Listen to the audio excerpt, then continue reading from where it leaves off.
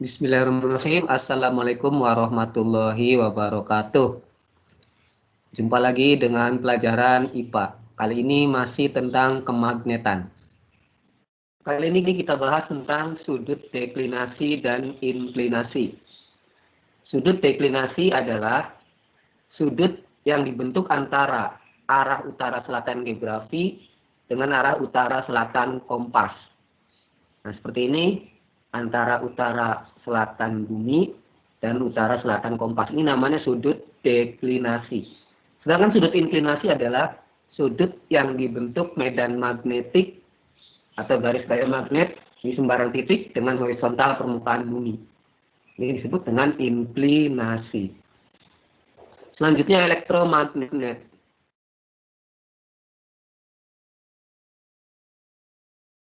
Jika ke dalam kumparan berarus listrik diberi inti besi lunak, ternyata pengaruh kemagnetannya menjadi besar. Susunan kumparan dan inti besi lunak inilah yang disebut dengan elektromagnet atau magnet listrik. Jadi kalau ini ada lilitan kawat, lalu saklarnya disambung, arus listriknya ada, maka besi ini akan menjadi magnet. Ini disebut dengan elektromagnet. Jadi elektromagnet itu adalah magnet yang dihasilkan dari adanya arus listrik. Besarnya medan magnet itu dipengaruhi oleh beberapa hal. Yang pertama yaitu kuat arus yang mengalir. Jika arus listriknya besar, maka kuat medan magnetnya juga semakin besar. Semakin besar arus yang mengalir, maka medan magnetnya juga semakin besar. Kemudian dipengaruhi juga oleh jumlah lilitan. Semakin banyak jumlah lilitannya, maka semakin besar medan magnetnya. Dan yang ketiga yaitu bahan inti yang dimasukkan. Jadi kalau ini tidak ada besinya, nah kalau di dalamnya diberi besi, maka medan magnetnya akan menjadi lebih besar lagi. Jadi yang besarnya medan magnet dipengaruhi oleh tiga hal. Yang pertama, arus listrik yang mengalir, kemudian jumlah lilitan, dan penambahan inti besi. Alat yang bekerja berdasarkan elektromagnet diantaranya adalah bel listrik. Nah, ini bel listrik.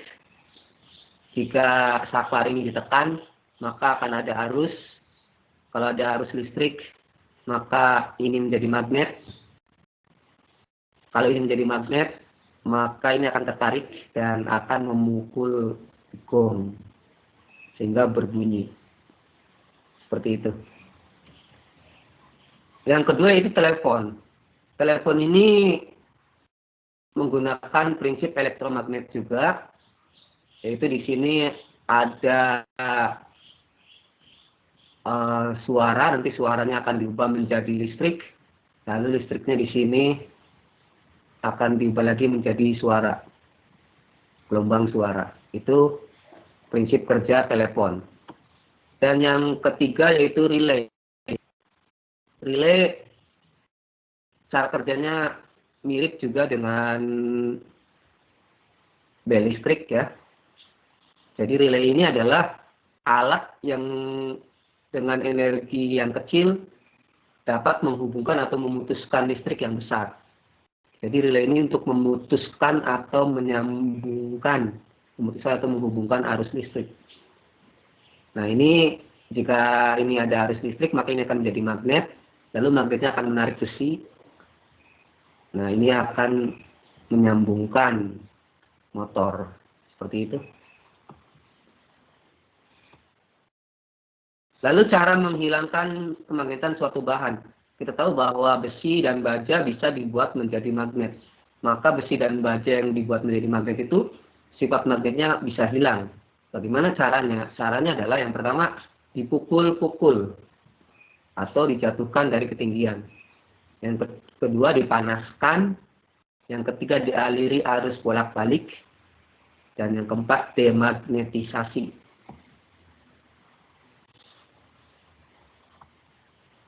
Nah, ini adalah cara menghilangkan sifat kemagnetan. Yang pertama dipukul, yang kedua dibakar, dan yang ketiga dialiri arus AC.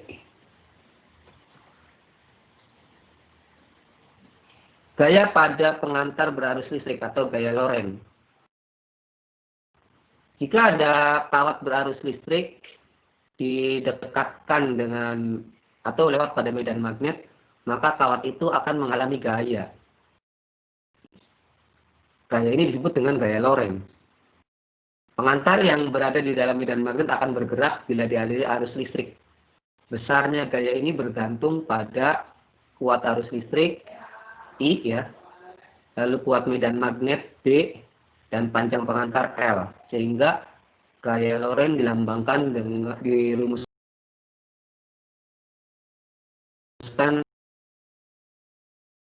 dengan F sama dengan B kali I kali F.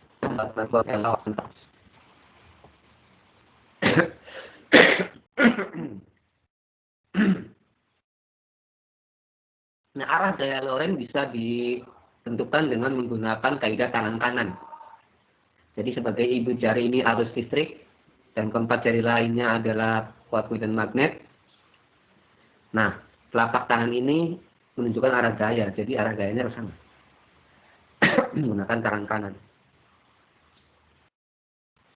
Kita tahu bahwa magnet itu dari utara ke selatan. Arusnya ke atas, maka gayanya akan ke sana.